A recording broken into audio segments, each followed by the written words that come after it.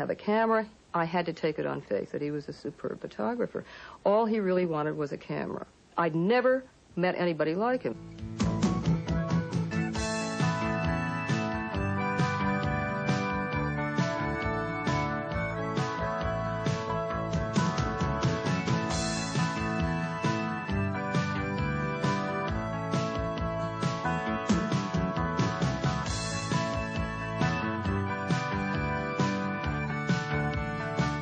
He did have excellent perception. He really could see form and substance. You know, he really could understand not just the framing with the camera, but the framing with the life.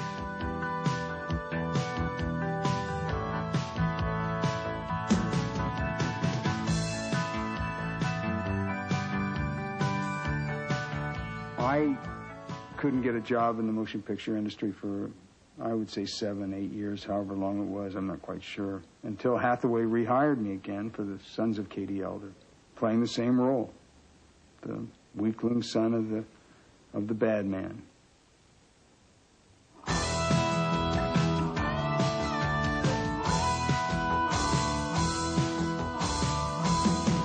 Peter at this time was a tremendous star. He had made Wild Angels at AIP, and he was big.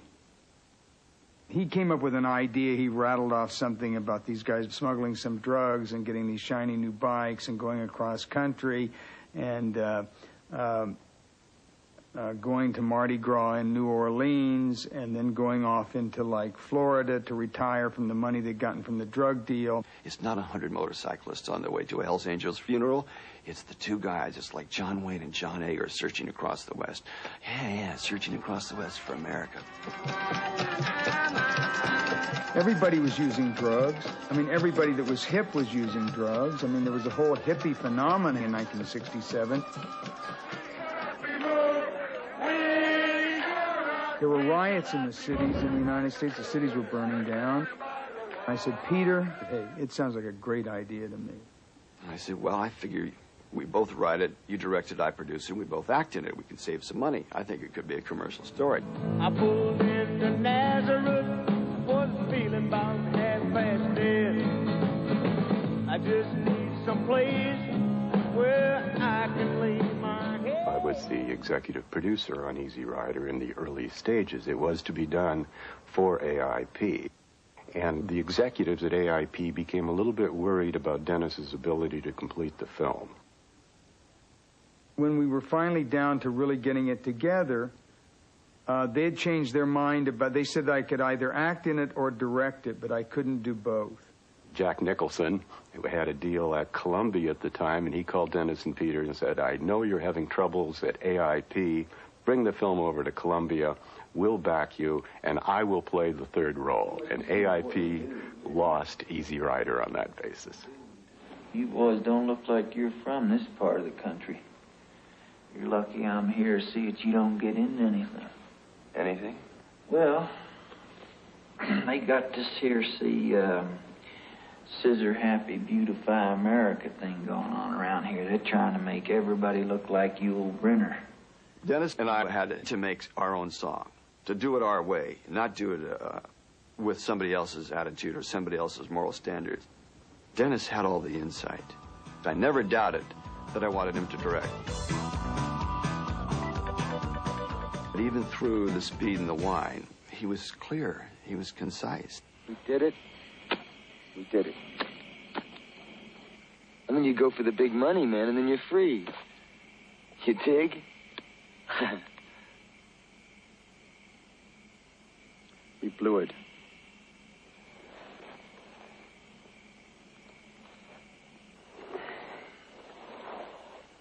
Good night, man. Dennis, with all of his craziness, has always been dedicated to whatever he wanted to do. A lot of people always say to me, how did you guys ever manage to make pictures with, with what you're on, what you're doing, what you're into? And I always try to tell people that what we were into had nothing to do with what we were making films. What we really were into was making the film. Anything else was an adjunct to that. We never, ever lost sight of the film that we were making. Hey, look at them things. Hold on tight. We'll scare the hell out of him. You want me to blow your brains out?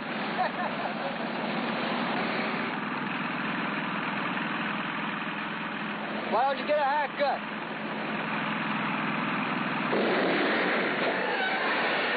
What happened?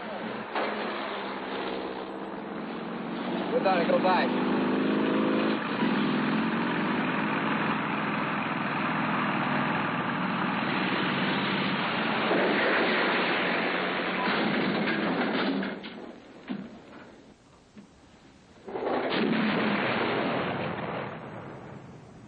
Dennis and Peter believed very greatly in that film.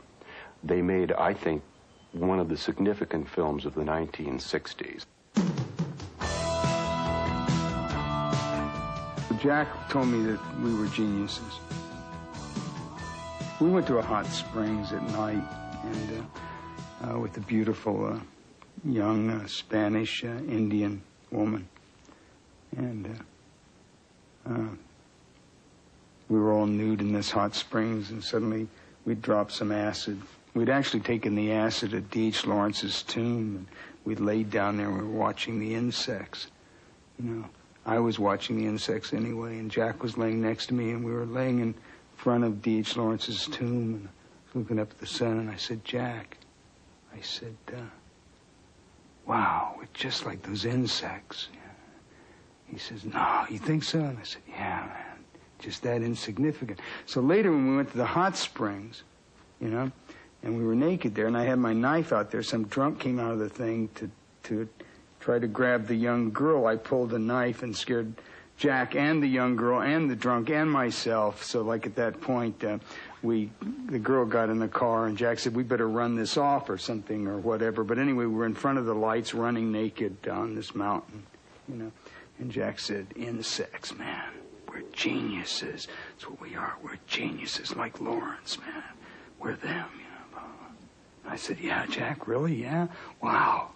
You know.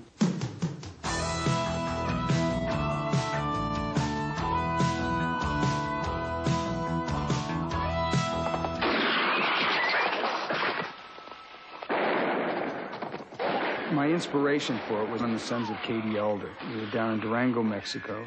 They had built sets of this western town on real people's homes, so the real people lived there. And there was a real church there, Catholic church, and then they'd made this Protestant, you know, little white church across there that, you know, and they'd built all these sets, and people still lived there, and they still rode horses, and they still carried guns. I thought, God, this is strange, you know, what's going to happen to these people once we leave? And this is where I thought, wow, what if they start acting out the violence of this violent Western, this shoot-'em-up Western? God damn you!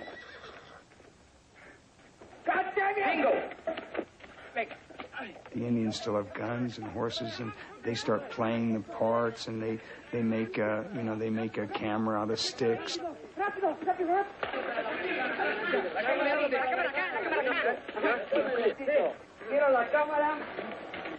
My first thing is like, get this done. So I went to Mexico, and I suddenly ran into censorship. Everywhere I went, they said, no, you got to have a censor on the set. We can't let you show children in poverty or children without shoes. And suddenly I said, hey, I didn't make Easy Rider and get free here to come to a country that's not going to let me make a movie my way.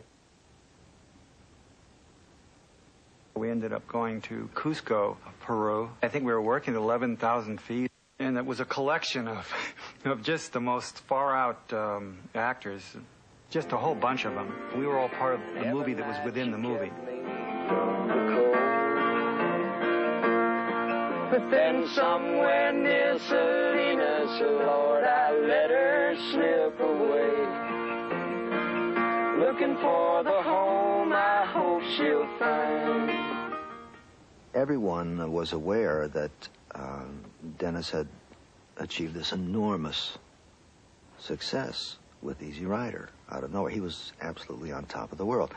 So when people get into a film like that, they feel like they're all of a sudden on top of the world. It was very celebratory. I would have felt hurt if I wasn't able to go down and be a part of that activity. But it was really crazy down there. Whoa. There was a lot of cocaine around, a lot of cocaine.